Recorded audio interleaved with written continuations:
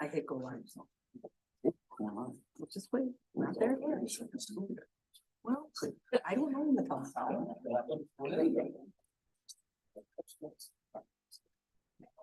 Just so you know, your tie and shirt don't match. I'm just kidding.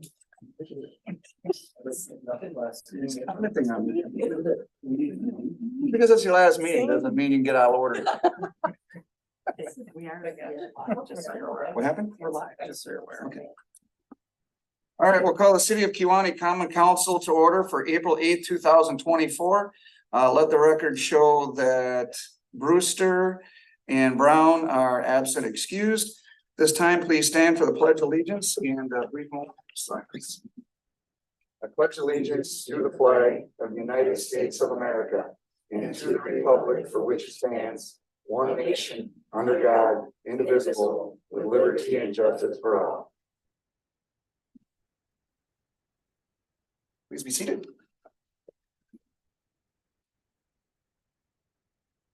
Okay, item 3, approval of the March 11th, 2024 Common Council minutes. Do we have any additions or corrections to those minutes? If not, I will entertain a motion to approve. I so move. I'll second. Any further discussion? All those in favor signify by saying aye. Aye. Opposed?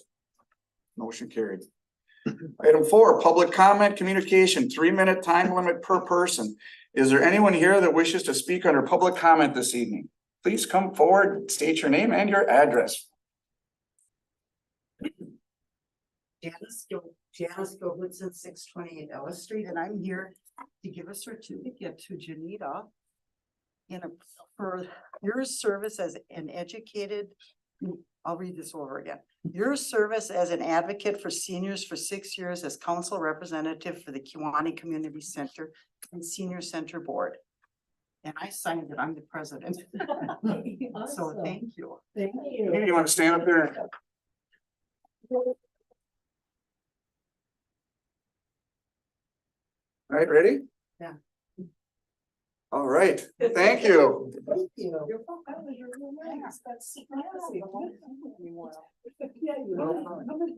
I will. And you know, you ended up being a senior, so it's. Nice.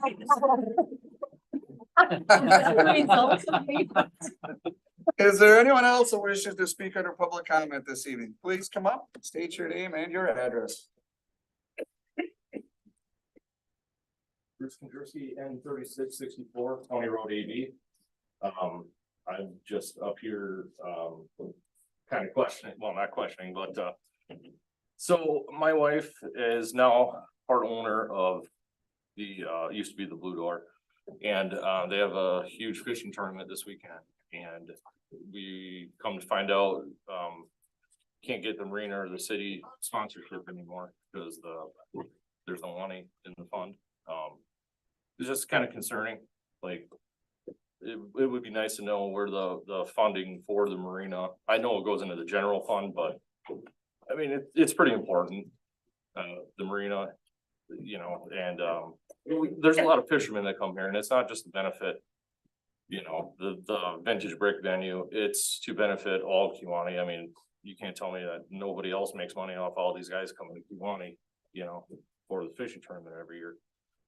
So I guess I'm not really looking for money. I just, you know, for the tournament or anything, I just, I think we should, consider investing some money in the marina and, you know, so that they can put forth, you know, donations, sponsorships and stuff like that. So that's it. Thank you. Is there anyone else that wishes to speak under public comment this evening? Is there anyone else that wishes to speak under public comment this evening? All right, then we will close public comment. Item 5, boards, commissions, committee and staff reports. Discussion.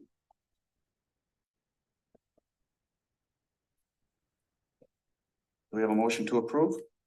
I'll make a motion to approve the boards, commissions and committee and staff reports. I'll second. Any further discussion? All those in favor signify by saying aye. Aye. Opposed? Motion carried. Item 6, mayor's report. First thing I have is received a letter from the Arbor Day Foundation. Dear Tree City USA community member, on behalf of the Arbor Day Foundation, I'm thrilled to congratulate Kewaunee on earning recognition as a 2023 Tree City USA. Residents of Kewaunee should be proud to live in a community that makes the planting and care of trees a priority. Founded in 1976, Tree City USA is a partnership between the Arbor Day Foundation, the U.S. Forest Service, and the National Association of State Foresters. Kewaunee is part of an incredible network of more than 3,600 Tree City USA communities nationwide, with a combined population of 155 million. Over the last few years, the value and importance of trees has become increasingly clear. Cities and towns across the globe are facing issues with air quality, water resources, personal health and well-being, and energy use. Kewaunee has taken steps to create a brighter, greener future. We hope you are as excited as we are to share this accomplishment with your local media and your residents. Enclosed in this packet is a press release for you to distribute at your convenience. We're excited to celebrate your commitment to the people and trees of Kewaunee. Thank you again for your efforts. Best regards, Dan Lambe, Arbor Day Foundation Chief Executive. Next, I have, this is from Chief Miller. There's information regarding the remodeling that was done in the back room portion of City Hall that the police department is now turning that into a locker room for the employees. So they've got a place to store some of their general gear, change uniform. They're on a call and happen to get themselves messed up. They've got a place to regroup. So just a thank you to the many different sources that we had. The main source of funding was Hooray for Hollywood at $4,340. Construction company was Creekside Construction, Ross Schmidt and George LaFave. They have been paid in full. New flooring from Kinnard's, Tim Kinnard and his people. They have multiple businesses in the county, throughout the county. And their support and donation of the materials and labor entirely is much appreciated. The lighting came from NEW Lighting Solutions, Bob Kleiman. Discount on 4 lights and a rebate was utilized. Total due is $200 and submitted to Hooray for Hollywood for additional reimbursement. And we're waiting to hear back from them. Plumbing, Massler Plumbing, Dave Massler replaced 2 valves in the room for the sink and fixed a leaking valve on the garage side. So that's a little sink counter area for a total of $200. Street department employees, Nate Seiler, Paul Jerdel, Mike Stangl, Tony Sinkula, Christine Ratajczak, all helped in countless ways and could not have completed this project without them. The police department staff, Brendan Nimmer, Robin Miller, Larry Ostermeyer, took care of the painting and replacing the drop ceiling. Incidentals for the project were purchased locally from Harves Electric and also from Menards Green Bay East. So currently they are still looking for lockers or someone to build lockers for them.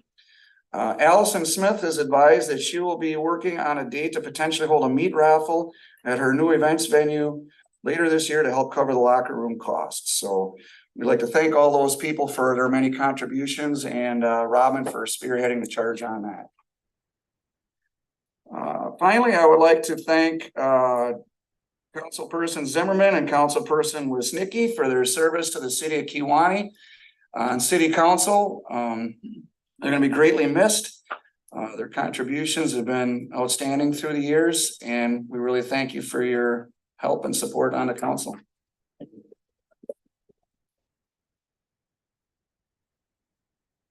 Okay, so that's all I have under mayor's report. So we'll move on. Item 7, unfinished business. 7A, update from Kewaunee County Economic Development Corporation, Ben Nelson, president. Ben, if you'd like to come up and share some information with us. Thank you. A handout here that heads around.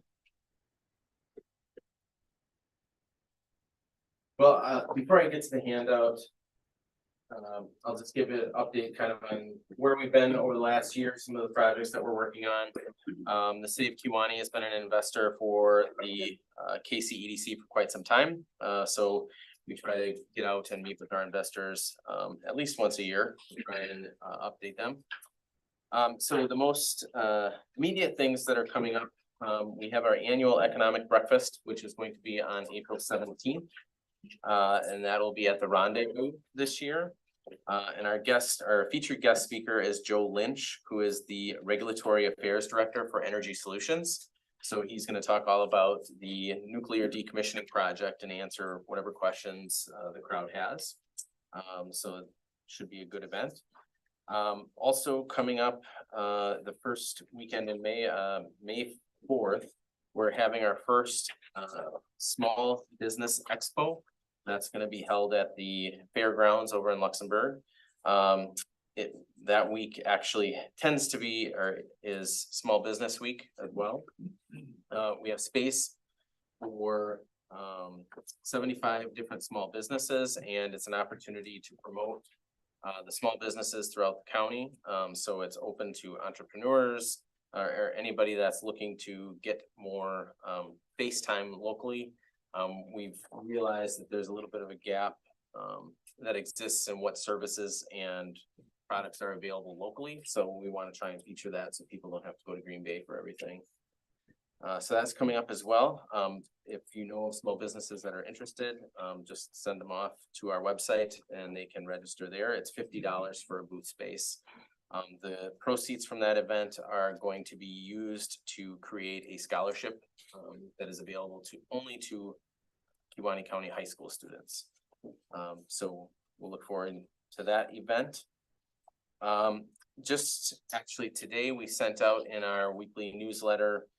We've been working with Tammy Baldwin's office, the governor's office, the state EDC, trying to find at least 5 businesses in our county that were financially impacted by the lack of snow this year. If we have 5, which I'm sure we do, they have to fill out an economic injury designation report.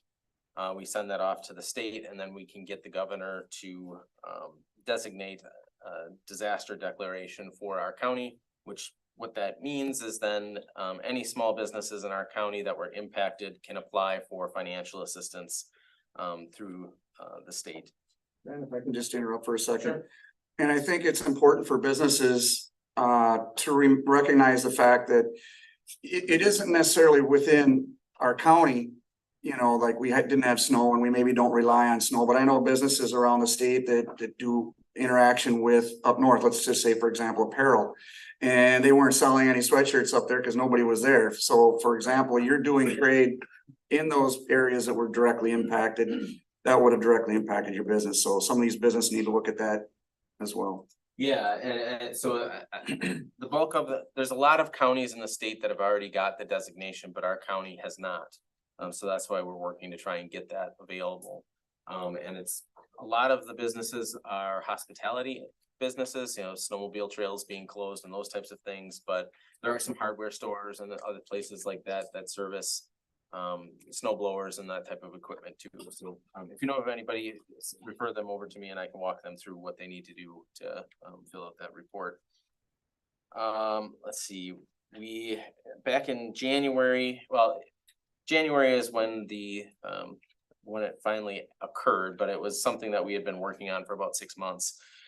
We assisted and facilitated a multi-million business acquisition and relocation into the county. And that arrived here in the end of January of this year. So they're it's manufacturing based in Algoma. Badger Shredders is the business if you're interested in checking them out. We've also worked pretty extensively to strengthen our relationship with NWTC. They have a new director of their corporate training program, and for years our county was not one that they really touched.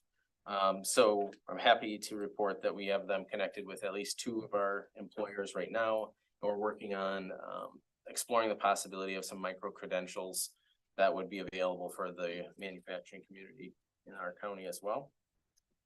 Back in November, we had our first ever pitch event, which was for entrepreneurs. It was called Lighthouse Launch.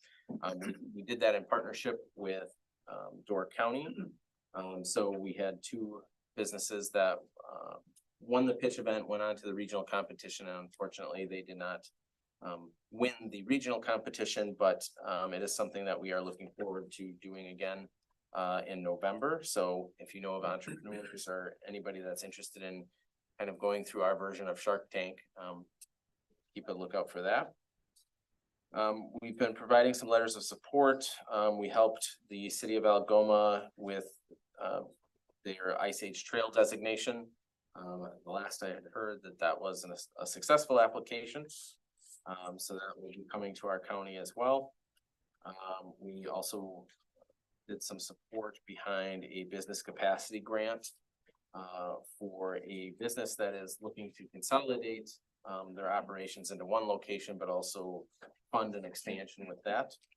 So that one we just sent out last month, so we'll see what the result of that is. We've been very proactive at building up our social media presence, so Facebook and Instagram primarily. And one of our themes on our social media page is what we are calling Workforce Wednesdays, and that's typically on Facebook. So that's highlighting any available jobs and positions in the county. And now I'll move on to kind of the handout that I passed out. This is really our biggest project that we are undertaking. This has been 2 years in the works already. We expect there's probably 2 or 3 more years behind it. So my first year with KCEDC was in 2021. For that first year, we did a lot of extensive work with BRE visits, business retention and expansion. It was basically boots on the ground, me going out, meeting with business owners, learning about where are their successes, what are their challenges, what are their opportunities. And so we met with almost 200 different business leaders at that point. I forget the number of employees that represents, well in the thousands. And the overarching issue that we were hearing is access to talent, supply chain issues, as well as political climate were the kind of the top 3 that we heard pretty regularly. But the far and away talent and access to talent was the biggest challenge. And then KCEDC went through a very detailed strategic planning process, and we identified housing development as one of our top strategic priorities. We've had several meetings with some of the largest employers that we have in the county, and there's pretty unanimous support from our private sector in terms of housing development. And so that led to what I passed out, which we are calling Project Homestead. So back in January of this year, we applied to a new program through the state EDC. It's called the Thrive Rural Program. And we were fortunate that our county was considered one of the distressed counties in the state. So we were one of 10 counties that were awarded into the program. And the program is providing us a dedicated technical specialist from the state EDC, also some community assessment work, and then also some pre-development grant dollars towards the development of the project. So this year we will receive $25,000 and $25,000 next year to advance housing development in our county. So what Project Homestead is about, Homestead is actually an acronym for a very long list of words. I won't read it all off because it's in the document. But what we aim to do is, one of the challenges that we've had with housing development in our county is we lack the population to be appealing to a lot of developers. So a lot of the development that we've seen has gone to Green Bay, Madison, other places like that. And we've been looking at a lot of different economic development organizations, what they've done, what they've tried, etc. And so what we're trying to do with this program is we're modeling it a little bit off of a kind of a flagship program that Sheboygan County started. And how their program worked is they had 4 of their largest employers provide seed money to them as well as their county government. And they created what they refer to as their forward fund. And so basically what they're doing is they've put themselves in the developer seat instead of waiting for a developer to come to their county. So through all of our conversations with our private sector, as well as our board of directors and our strategic planning, we all concluded that we want to try and do that as well, but we don't have the businesses, at least in the financial space that Sheboygan County does. So getting accepted into this Thrive program was a very critical first step in moving forward with this.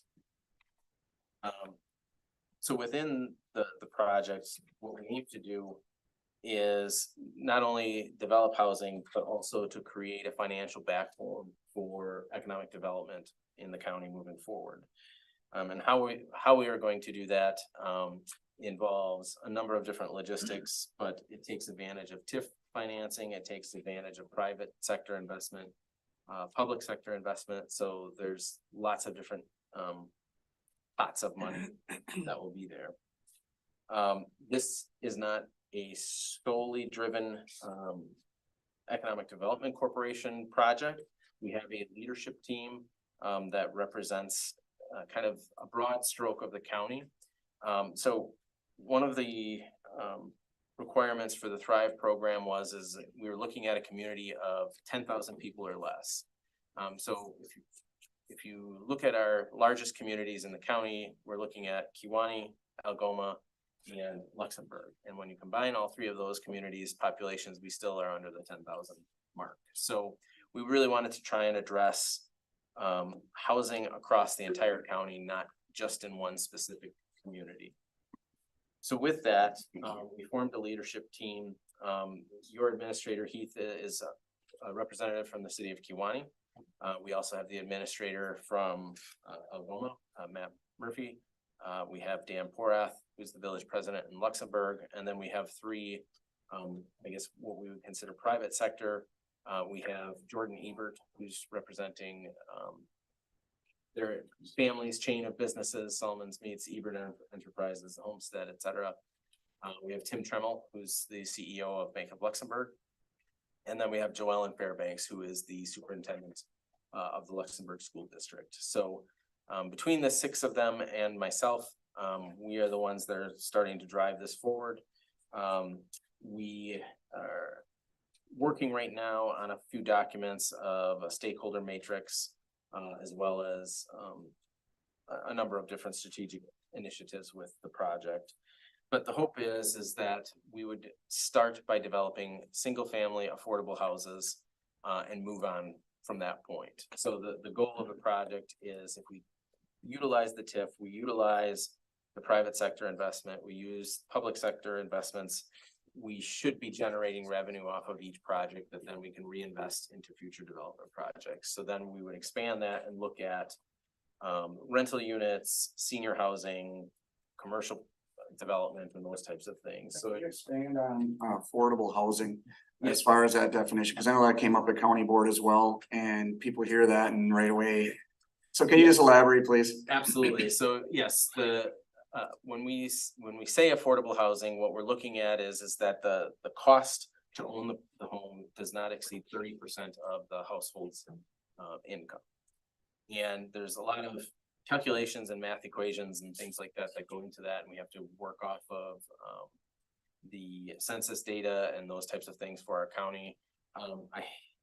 One of the things I think that the feedback I got when I talked about this at the county board was, when you look at the county's median household income, our household median income is over $72,000.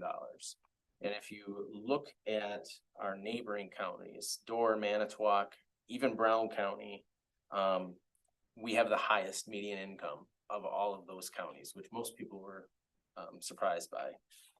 But we also have numerous housing studies that have identified we lack pretty much every type of housing that we need. So the goal with the project is to develop affordable housing that fits within that definition. So it's not government subsidized housing, it's not low income housing. And I think there was a question at the county board meeting about, well, what type of individuals are going to be purchasing these homes? So, those logistics are way down the line after we develop more of what's in here. But, what Sheboygan's program was geared towards was attracting workforce into their community, into their county, so that it was feeding their employers. And that's ultimately what we're going to try and do with this project as well. So how they were able to do that and actually know that it worked is they put all types of covenants on the purchase and the acquisition of the homes. So for example, one that they have is it had to be owner occupied. It could not be owned by an LLC or anything like that. So they are avoiding the Airbnb situation with that. At least one adult living in the household has to provide proof of employment within their county. So we would look to probably do something similar. So, you know, there's a number of that, and there's a percentage of their development that they will sell to already existing residents in the county. I think it's 30%. But they've earmarked that 70% of that, the new development is to attract people to the county. So, those logistics will come further down the line. Right now, kind of where we're at the pre-development phase of this, where, each of our communities do already have existing TIFs. There is some developments kind of scattered right now in the county, but there's not a cohesive approach to it right now. It's kind of a shotgun approach. And And I just interrupt you for a second? yes, You said, so the cost of the home could not exceed 30% of the household income? Is that what you said? their house payments or their costs, so that their mortgage payment, you know, I guess I don't know what the number would be off the top of my head. I'll just say $1,000 if that's the number.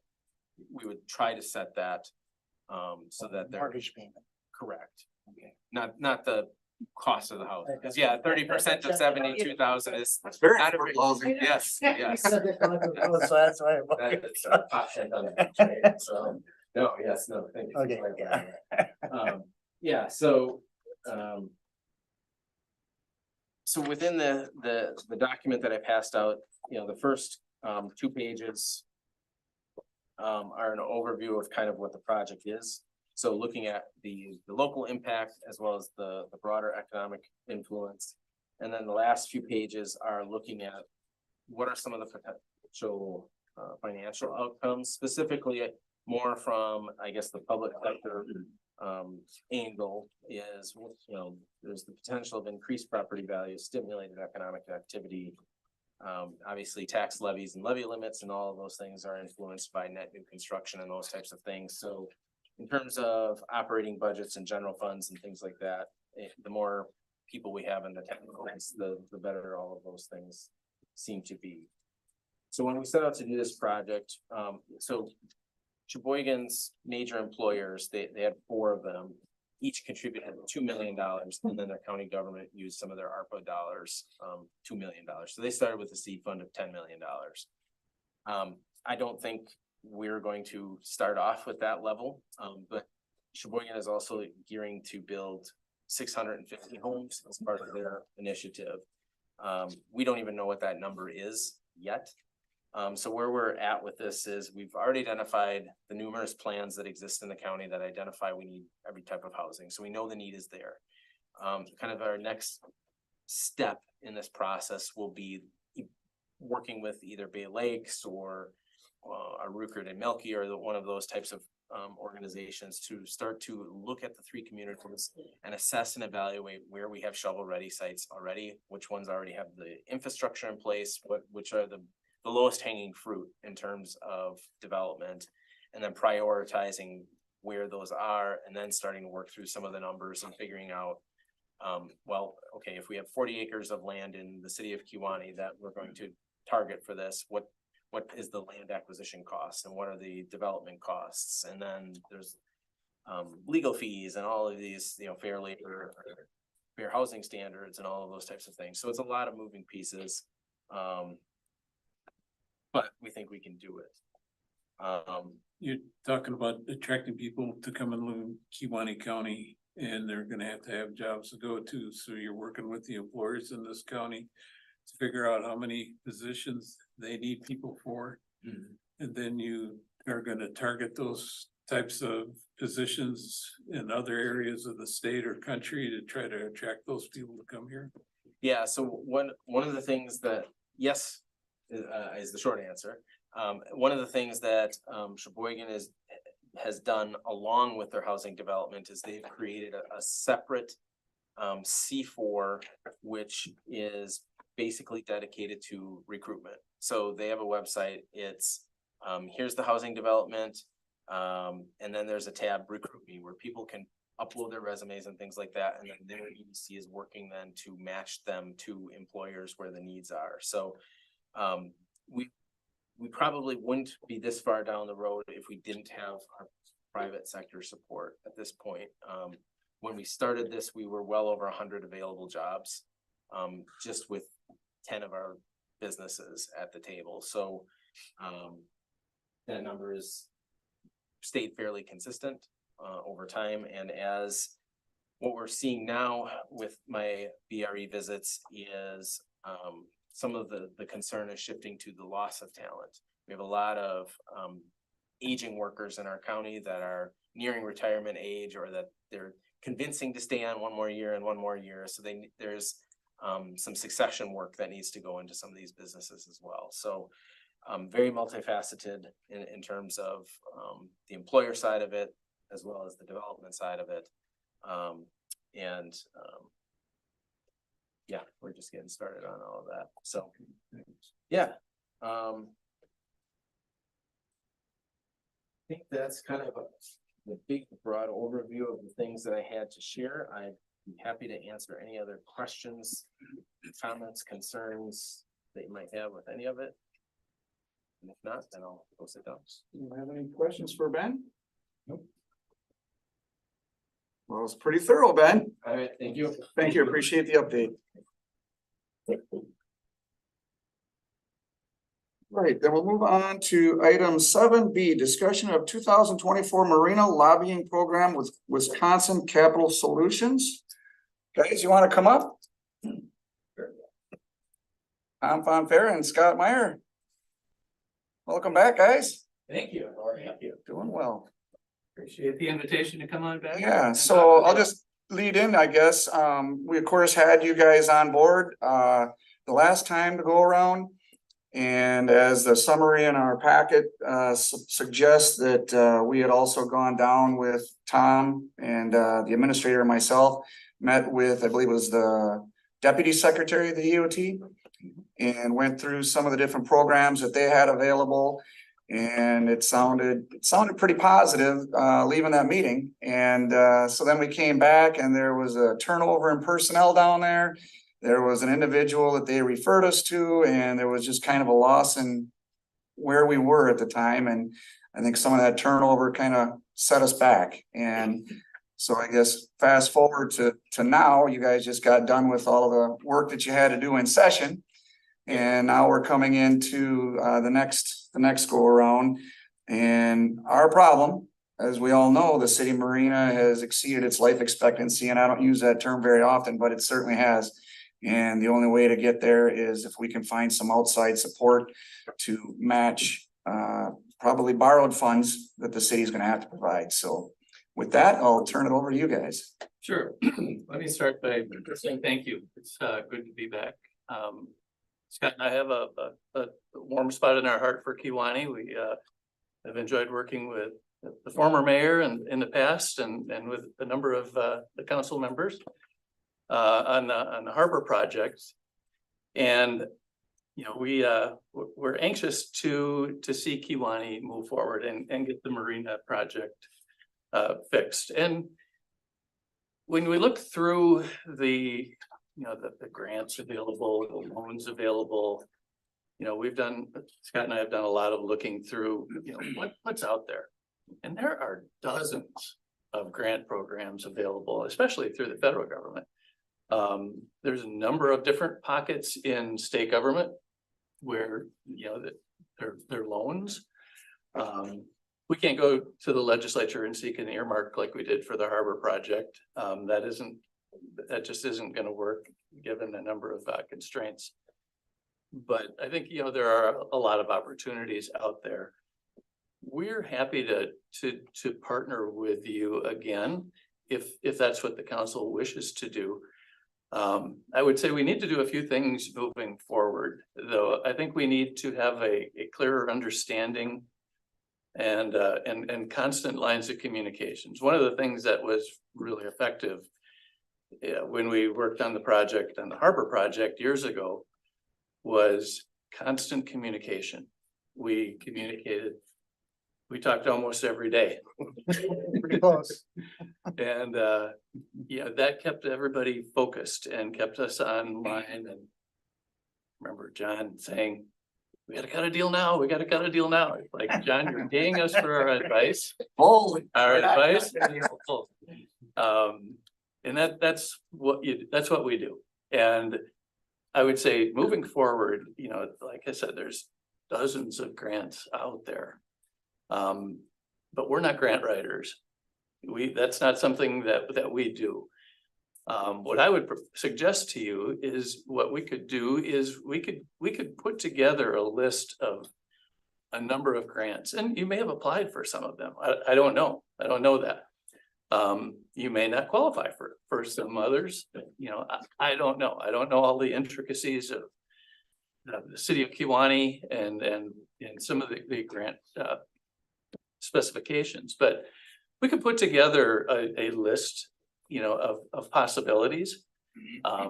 That list, you know, depending on how long you look, it can keep growing and growing, because there's just a lot of out there in the federal government, in state government, and in the private sector. There's foundations that are looking to invest and make donations, and you know, I don't think you want to overlook those opportunities either.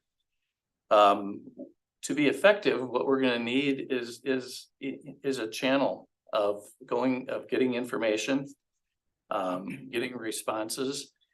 Like I said, we don't do grant writing. It's not in our skill set. And I don't know if you have somebody on the council who can do that, somebody who you can either contract to do that. And you know, when we were here, it was last summer, you know, we were working with the folks from Cedar Corp, and I don't know if they do grant writing, if that's an opportunity. But if we can at least steer you in the right direction of these look like hot prospects. Now, some of these grant applications are due, you know, one that I found that I thought was a prime is due May 10th. So you got a month to put something together to get that one in. So the clock is ticking on some of these. And, you know, the key in all of this is going to be is getting a good grant application and make sure you hit all of the qualifications and make sure you answer every question that they ask in a grant application. And where Scott and I can add value. And again, if we can't add value, we don't want to do the work. We don't want to do this. I don't want to cash a check from you if we're not adding value. And that's why we suspended the contract last year, because we were at a point where, you know, the deadlines on some of these other grant applications had gone past. Go through the winter. Right. Right. So we weren't adding value. So we don't want to do this if we're not adding value. This is something we're happy to be helpful because frankly, we love Kewaunee. We appreciate, you know, the people here, the area. We want to see you grow. We want to see your harbor developed. This is a vision of ours, and I think it's a vision of yours, and we want to share in that. But what Scott and I can also do is add political support for whatever grant applications you have, you know, with our connections in Madison. You know, we've got great connections federally as well. And if you're getting applications in for federal grants, you know, I think we can bring support from key players, both federally and statewide. but again, it's gonna, we really need to have a focused effort. You know, and frankly, I think if we could have like a main point person, you know, an elected official on your council who is gonna be the point person to work through all of these grants, you know, I think we're happy to do that, and I think we can be successful.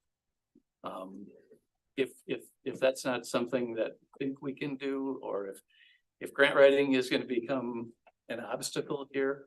I'm pretty certain, Heath, we can work with Brandon through Cedar Court, right? Yes. Yeah, so we've got that through Cedar Court.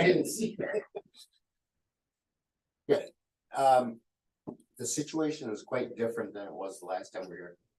The infrastructure bill is just a ton of money. The state's gonna get a ton of money. Federal's gonna give communities a ton, I mean, there's just a ton of money in it. It's just finding them, A.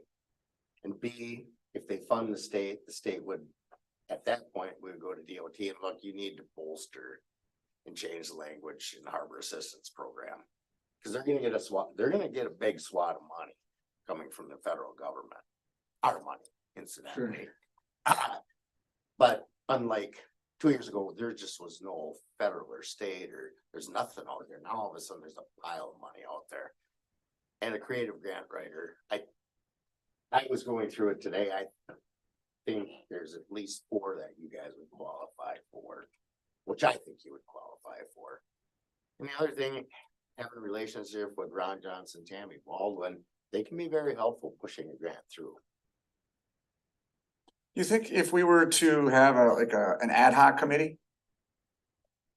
Would be, you know, when we're talking about a point of contact and making sure that we've got individuals that's their focus. From the city. Preferably we like one point of contact if possible. Cause I don't wanna make 10 phone calls. I really don't. Other clients, you know, they want a committee of people for us to talk to, and they're calling us. Individually. Yeah, they're calling us again, individually at night, and I take calls at any time of the day and weekends. It's just, we had found one person for him to disseminate to whoever. Or whoever you would choose. Sure. Yeah, that's not a problem. We can definitely work something through, but. You know, I strongly believe that there are these grant opportunities out there. There are the connections that, you know, you guys have. And, you know, some of us that have been through that process, it takes a lot of effort to get there, but there is money to be had. Yeah, because, I mean, there's a ton of low interest bonding available at a federal level right now, if that's something you'd be interested in. Obviously, you want to go for the grants. A lot of these grants are 10 to 50% matches. There's not a lot that don't have a match attached to it. We anticipate that, right? I mean, we had that conversation last time. We expect that to be, But that's why you want to apply for multiple grants. Yeah. And I've seen grant writers use one grant to pay for another grant. I mean, there's a lot of creativity that can go into the grant process. So there's not huge out of pocket, and I'm not sure what the bond issues interest rates are, but I know it's pretty dang low at a federal level in the infrastructure program. and I know. And that might be something you may want to pursue too, because you're looking at, if I remember correctly, about $4.5 million. Right, It's gonna be and hard to get that in one single grant. no, and I think that some of what we talked about is Right. phasing the project, right? And I mean, if the money's available, you try to cover all the phases, us, because I don't know how long this money is gonna be available, to tell you the What's our truth. what's our timeline, Scott? I mean, what are we looking at? That we need to do something like, I mean, in the next couple of months Oh, or? yeah. I mean, Because I don't know when, somebody's gotta be you know, I don't know grant when these grants expire, so, and you guys They're all probably very, do. I just started looking at it today and last Friday, and Tom did too, and there's different timelines for different grants, but the one that I can tell you, Jen, that, I've got it, such a dang big pile right here right now, but I can tell you, some have deadlines, like I said, as early as May 10th for submitting applications. You know, some go out a few months. So there's a big variety, and what we could do, if you wanted to get started on this, what we could do is just start to identify some of those grants. gives you a link to them, figure out, okay, what's available through these grants. And what kind of match would be required under some of these grants. And what the deadline is. Those low interest bonds, Scott, so those you apply for and you essentially are highly likely to get those. Yeah, the bonds are pretty Yeah. readily available. I just know they put in billions in Brandon? bonds. Yeah, just to kind of add on to this a little bit, we had provided a table of about 12 different grants already to you guys.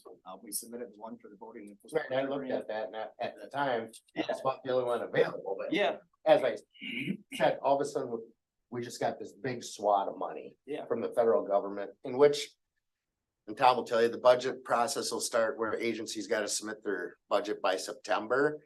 So they're gonna be looking at federal dollars to put in state budgets like DOT, DNR, just, I know you got DNR grants. Yep. So our push is gonna be fund them heavy, is my suspicion, this is gonna take multiple funding for sources to get $4 million, it just is. And like Tom had mentioned too, there hasn't been no earmarks in the last two budget, and the budget chair is not gonna earmark anything for anybody. Yeah.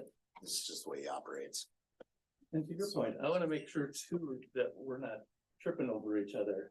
sure. But I what I is it? didn't want Yeah. to step on your guys' toes, Yeah, by any means because with anything. Again, I think we could work together, but if what you're doing is getting you to the table where you're getting grant applications in, I'm not sure what value we can add other than bringing in political support for, those grant applications and getting, elected officials excited about this. And, part of what worked really well for us, what is it, 6 years ago, 7 years ago? Was getting local officials involved and getting them excited about the project. And when you get elected officials, you're all elected Talking to other officials, when you elected get, officials. I When you think get- we did Algoma, Yep. Luxembourg, Kewaunee, Casco, I think. Cascade. They went around with a petition and I think they got like 3,000, 3,800 signatures, I think. Plus there was some documents drafted from the county board in support of it, and I think Algoma did too. Right. I mean, that's what kind of, even though. Even, you know, they are recording this stuff. And that's really what it's gonna take.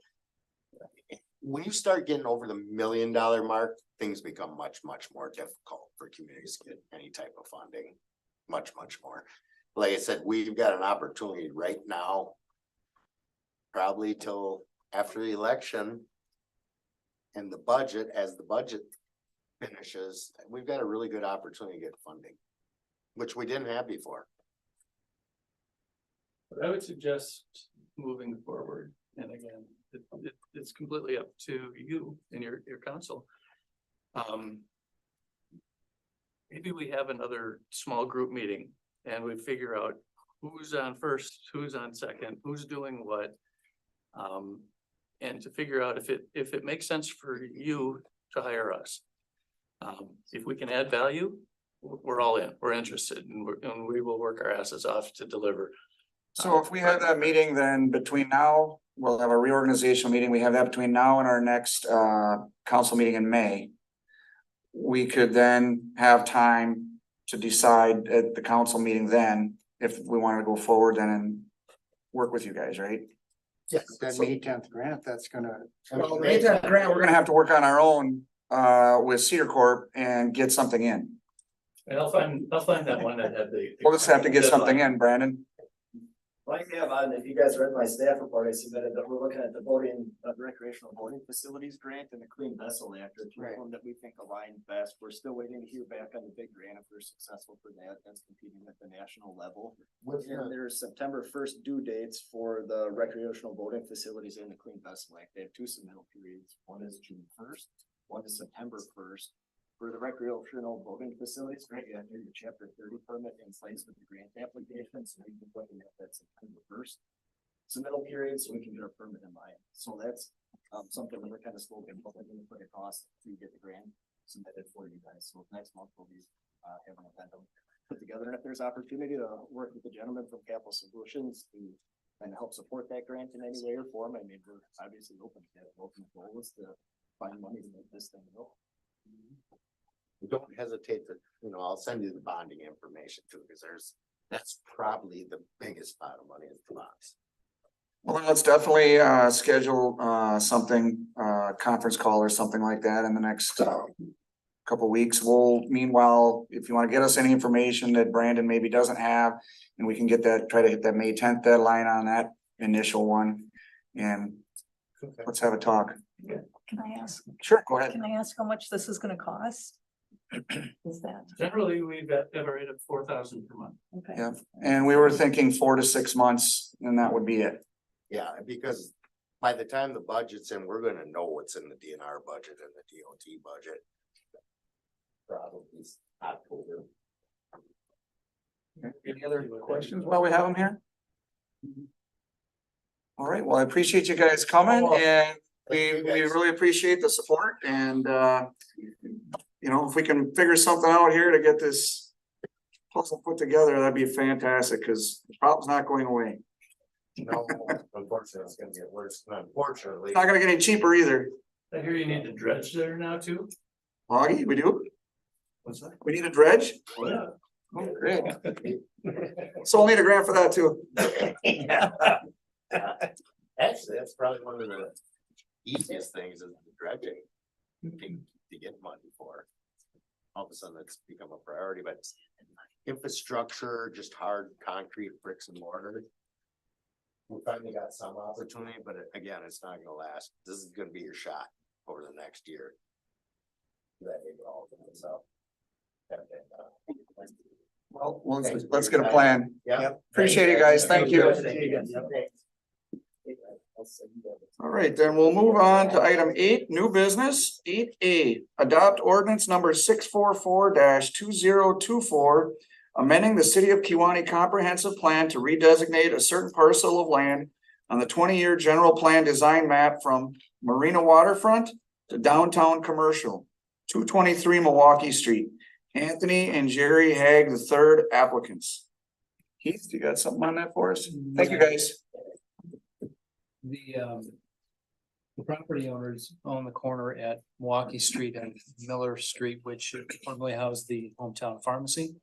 Front of the building, the part facing Milwaukee Street is vacant at the present time. Previous inquiry they had for retail operation got stopped because the waterfront district doesn't permit retail. The pharmacy was allowed, but it was basically an exception to the district. There's basically no other opportunities for retail. The property has previously been used for a variety of small operations, small retail operations over the years. And so what we're basically doing is reverting it back to what it previously had been.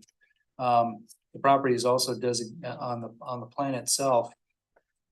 Property is designated marina waterfront, which is odd because it doesn't have waterfront. So we're requesting redesignation in downtown commercial to make it consistent with the properties immediately south. Plan Commission voted to recommend approval, which is shown in the attached resolution from them. And so staff recommends approval. Any questions regarding that? Okay, then if there is no discussion, I would ask for a motion to adopt ordinance number 644-2024, amending the city of Kewaunee comprehensive plan to redesignate a certain parcel of land on the 20-year general plan design map from Marina Waterfront to downtown commercial for 223 Milwaukee Street. I would so move. Any further discussion? All those in favor signify by saying aye. Aye. Opposed? Motion carried. 8B, adopt ordinance number 645-2024 to amend section 94-8 of the city of Kewaunee municipal plan zoning map to rezone a certain parcel of land from waterfront district to B2 community business district, 223 Milwaukee Street. Anthony and Jerry Haig III applicants. This is the other part, now that you've approved the comprehensive plan amendment to make it consistent, now we're requesting approval for the rezoning from WFD to B2 community business. Plan commission voted to recommend approval on this also, and staff recommends approval. So if there isn't any further discussion, I would ask for a motion to adopt ordinance number 645-2024 to amend section 94-8 of the City of Kewaunee Municipal Code zoning map to rezone a certain parcel of land from waterfront district to B2 community business district for 223 Milwaukee Street. Also move. Second. Any further discussion? All those in favor signify by saying aye. Aye. Opposed? Motion carried.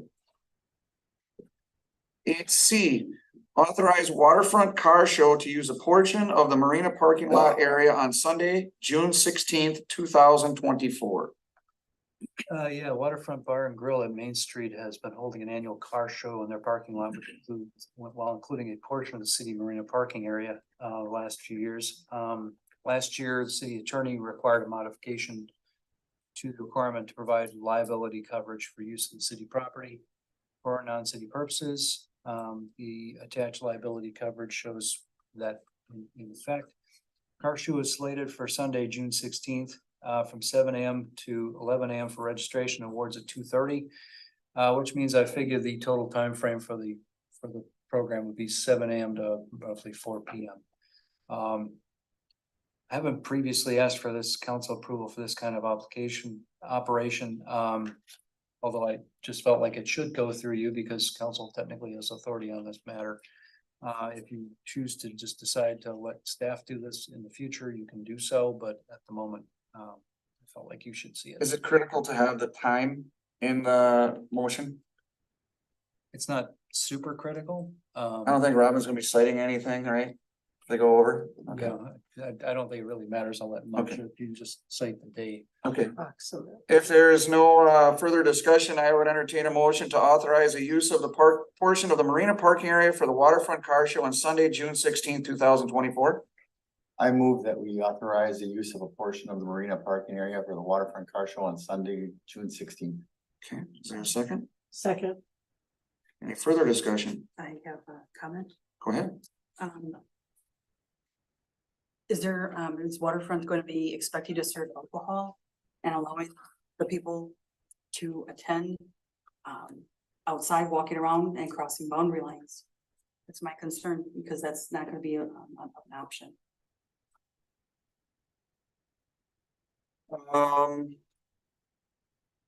How does that vary when we've had different events downtown?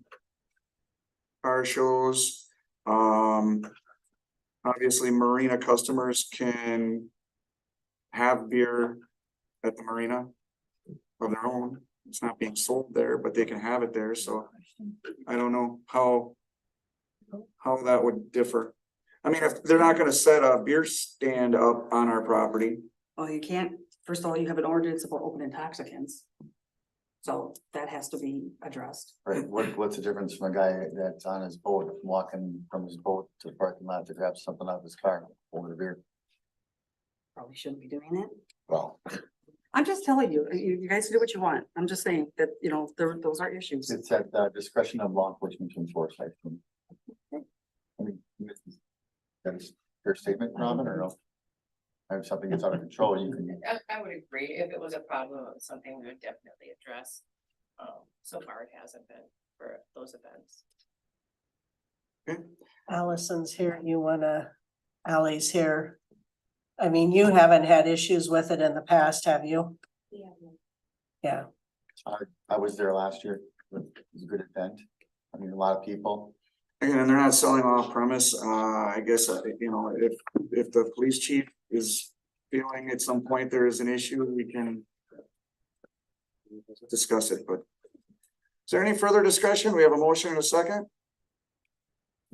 Things hard. All those in favor signify by saying aye. Aye. Opposed? Motion carried. Next item on the agenda, appoint Sear Corporation as city engineer with Brandon Strelo as the official point of contact. Yeah, the city has been engaged contractually with Cedar Corp for almost 5 years now. We've authorized another 20+ addenda in addition to the original agreement. Which indicates that on some level, we appreciate the work performed by them. The city continues to need engineering services to support our development review and public works functions, support economic development efforts of the city. Staff believes it's a more appropriate designation to appoint them because then they have the aegis of state statute behind them. So staff recommends appointing Cedar Corp as the city engineer. Brandon would serve as our lead point of contact. So with that, I would entertain a motion to appoint Cedar Corporation as city engineer with Brandon Strelo as a designated point of contact. Also move. Is there a second? I'll second. Any further discussion? We need a roll on it.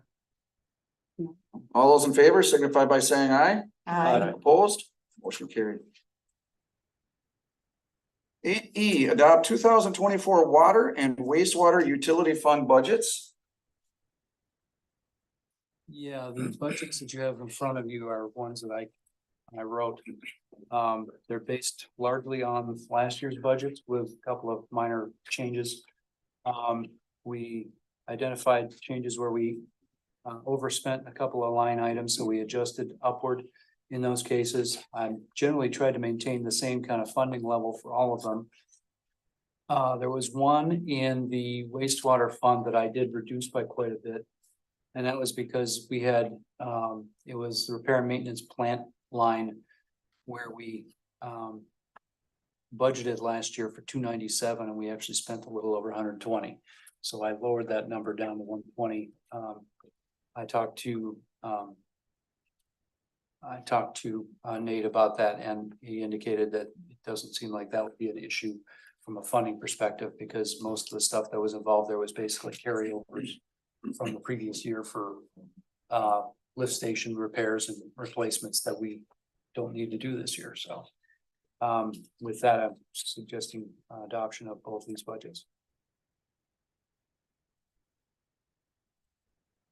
Questions? So staff recommendation is we could send this to finance for further review, or the council can approve those budgets at this time. So I would entertain a motion to go one direction. A motion to approve it. Approve it as is, okay. So we have a motion, is there a second? Any further discussion?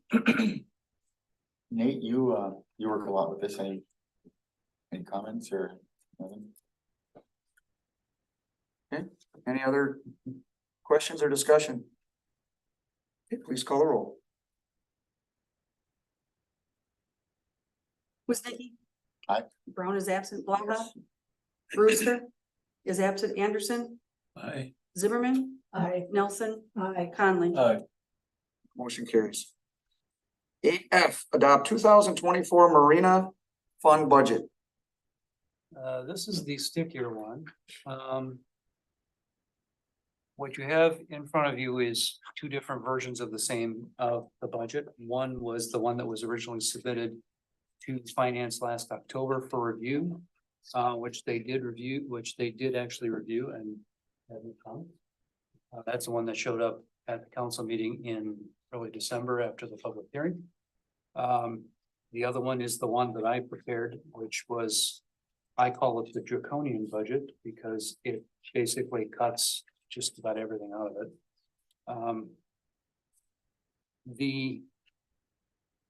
And cuts everything out of it, and you still are 27,000 in the red relative to the revenue.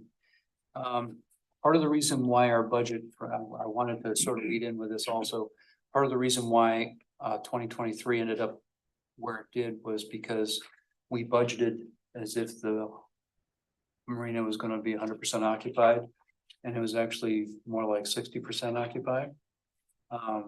So when your revenue projection is that far off, it makes it harder to budget appropriately. So the budget that we proposed this time reflected what we did last year. rather than what we wish for. Um, in addition, since I've been here, we've spent quite a bit of money out of that fund that wasn't budgeted either.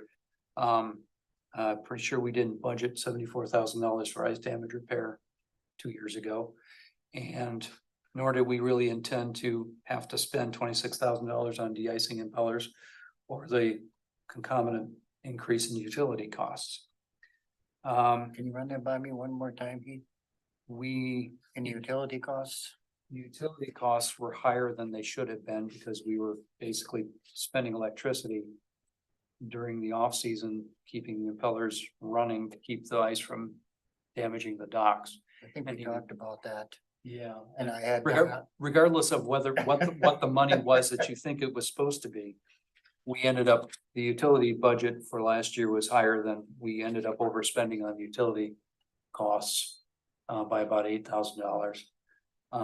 And that's significantly because we're running electric down in the marina when we normally hadn't been. And that's part of the problem. The other part of it is we were spending money on grant applications and economic impact studies also weren't budgeted. We had additional dock repairs. We spent $20,000 on a fish grinder, which is installed now, yes? They're coming on Wednesday. Okay. Okay. Which we hope, should be the last time we have to worry about that fish grinder on the boat launch side for a while. So in between all of them, we spent a lot of money. Just to touch on if I may, just to touch on the economic impact study.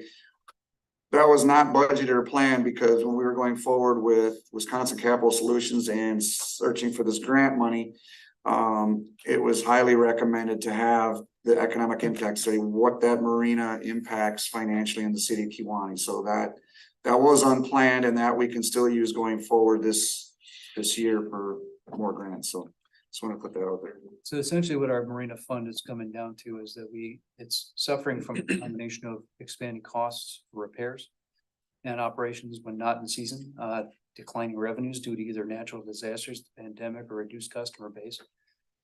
As I mentioned, we aimed at an incorrect target in the 2023 budget.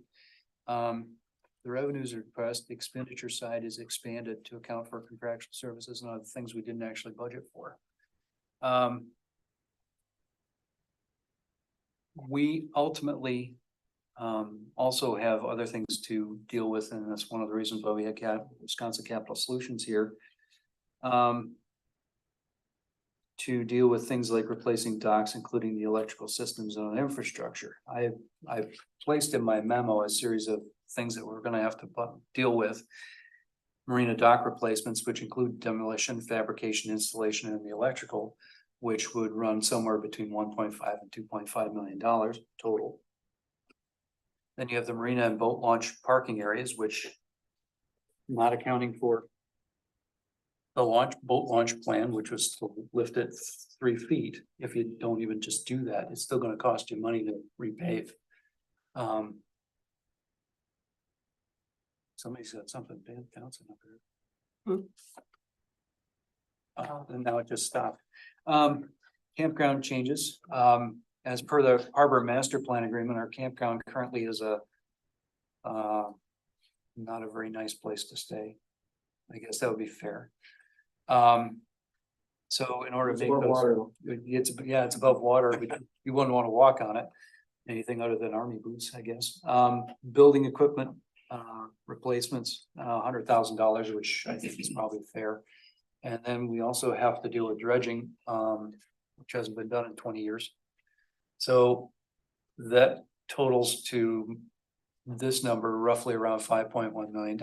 And for the record, I did contact Robert W. Baird to see if we could attach that to our debt levy, and they basically said no, unless you want to get to junk status. We just don't have it. We don't have room under our debt levy to get there. So aside from phasing, we also suffer from the fact that our marina doesn't have a business plan. Because the marina is a business. If it's gonna operate with a special reserve fund, special revenue fund. It, by its very nature, means that it should be able to sustain itself with its own funding source, independent of the general fund. And you can't. And we can't, it isn't gonna make it.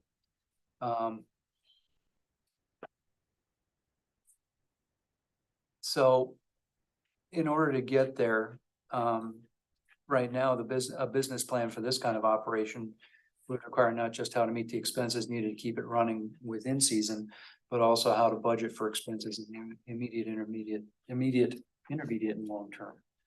And we basically like a long-term capital plan for how to make that work. So in the short term, we just need a budget. We can't do financial reports or monitor expenses when we don't have anything to monitor them against. How you choose to create that budget is sort of up to you. I've given you a couple of examples. The one that's most underwater, and then the one that's least underwater. I would say, just suggesting as follows: if you remove cost allocations of personnel expenses beyond the salaries, you'll save maybe about $3,000. Removing or reducing cost allocation of wages and salaries, which is what we're currently doing. We currently have them in there, or switching to actual hours budgeted is going to require accounting for those expenses somewhere else. According to my budget numbers, that translates into $59,532 that would have to be found somewhere else. That includes the full-time wages, the Social Security, Medicare, the retirement, and the health insurance that's cost allocated. So we'd have to figure out a way to, we'd have to find it somewhere else, or reallocate it to, or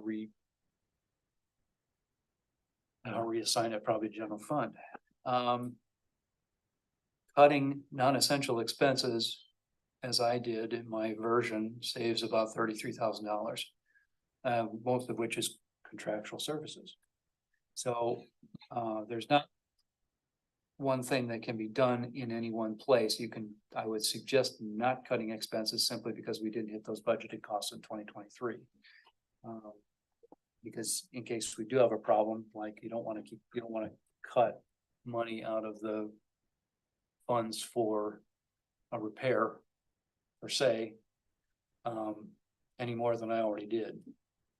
We budgeted Augie's budget request, department budget request is $50,000 for repairs. And I trimmed 10,000 out of that, and I would suggest not going any further this year. We almost hit that number this year. And at some point, we're gonna have to have a further discussion about how to plan for capital expenses. And collectively market the marina. Part of our problem is we lost customer base. We haven't recovered, and we need to find a way to bring people back. So we're gonna need to have to do that, because you can cut and cut and cut and cut, but at some point, austerity doesn't get you there. You have to increase the revenue. Yeah, we definitely have to get back onto a marketing plan, and part of that, sure, we don't have the greatest marina right now, so that's gonna be a lot much more tougher of a sale. The other part of that is, we've been running on a deficit budget repeatedly. You've also got the numbers in here since 2021, so the years 2022 and 2023, we went from a fund balance of $285,000 down to nearly nothing. I guess I'm curious where all that money went. And I know you stated here, you're not sure. There's a. You put the bridge in, keep the water coming back in, that was almost $100,000. Yeah, there were a lot of real. It's not accounted for in here. That's what I'm saying. In this report, it doesn't. I only had the benefit of dealing with stuff that I could actually track myself. Some of this predates me. I mean, the ice damage in 2022 predated me, but I at least knew that one, so I could account for it, because I had to be the one to talk about bringing in de-icers to try and minimize damage. I think. And I think that was effective. Yeah, but the problem is that it's $100,000 you weren't bringing in the revenue that disappeared. Fund balances are all fun and all fine until something bad happens, and you had a whole series of bad things happen in sequence, all at one, all, you know, one right after the other, after the other, after the other. And you can dissolve a substantial fund balance in a hurry when you don't have the benefit of bringing in revenue, which is what we suffered from, particularly in a couple of those years where we were running triple digit or six-figure fund balance problems. It can go upside down quickly. And that's where we are. So if you want to adopt a budget, or if you want to send it back to finance with some kind of ideas to what you're looking for, come back with, or whatever you want to do. I don't have any good answers for you at this point. I mean, I know, I mean, we're way down the road here. We should have a budget already, but I'm also concerned that, you know, we don't overcut. I mean, it's gotta survive. We can't overcut. The marketing side, I mean, the season's upon us, so I don't know how much additional revenue we're gonna get. I don't know how much more fuel sales we could potentially see. But to pass the proposed budget before you right now, I don't know that that's the right idea. I believe it should go back to finance and have a better look, another look It's at gotta it. go back to finance. This budget has to go back. Because I do have some questions about it. And one of the questions that I had was, in the $27,000 loss, does that take into consideration the $67,000 of a transfer in from the special revenue fund? From the arena fund? Because I think at the last meeting, we talked that there was $67,000 or $69,000 left in special revenue fund. So does the 27,000 take into consideration the 67,000 also No. as a transfer in as revenue? No, all it does, all mine nearly does is it says, this is what we project for expenses for 2024, and this is what or revenue and then expenses. So if we Twenty did the- twenty-four, so if you're If we did the 27, transfer in then. If we did the transfer in from the special revenue fund, there would Into not this- be a deficit of the 27,000, is that correct? If the budget does not reflect if you pull money on the revenue, well, you're already in the special revenue fund. If you're transferring into the special revenue from Okay. general fund, if that's what you're proposing to do, then I was you- looking you- you would- outside you would- of the, you would be enough to get you theoretically to this finish line if you didn't cut any worse than I already did. And I was already just have- looking at revenue and expenses Mhm. less the special revenue fund. You're That's- talking about the fund balance of the special. revenue fund. Yes, the fund balance of the special revenue fund. Yeah, Yes. yeah, the budget you have proposed is just about 2024. It doesn't factor in any kind of fund revenue, fund balance coming in. Okay, It just says, this is what we project for this calendar year. okay, And then there'd be nothing left in the special revenue fund. then there would be nothing left in the special. Fund balance. Balance, sorry. Fund balance. Let's be clear. I called it a special revenue fund for 25 years, so I guess that's why I call it. That's the whole thing. Yes. Yeah. Yeah. Well, why don't we, I mean, I would entertain a motion to send it back to finance to discuss things such as that transfer. I'm entertaining a motion. Who did it first, John? John. Yep. Jeff. Any further discussion? Please call the roll. Woznicki. Aye. Brown is absent. Blaha. You betcha. Brewster is absent. Sorry. Anderson. Aye. Zimmerman. Nelson. Conley. Motion carried. 8G, financial reports month ending February 2024. Any questions on those?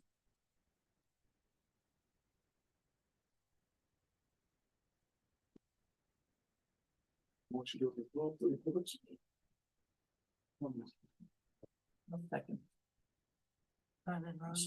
Yep. All those in favor signify by saying aye. Aye. Opposed? Motion carried. 9, closed session, Robbie Davister versus City of Kewaunee. The common council may enter into closed session pursuant to Wisconsin statute 19.85. I don't know if that's a one or a L, G, conferring with legal counsel for the governmental body who is rendering oral or written advice concerning strategy to be adopted by the body with respect to litigation in which it is or is likely to be involved, and to re-enter open session at the same place thereafter to act on such matters discussed therein as it deems appropriate. Do I have a motion? I make a motion. I'll second. Please call the roll. Woznicki, Aye. Brown is absent, Blaha. Aye. Brewster's absent, Anderson. Aye. Zimmerman. Aye. Nelson. Aye. Conley. Motion carried. We are in closed session. Let's take 2 minutes and take a break.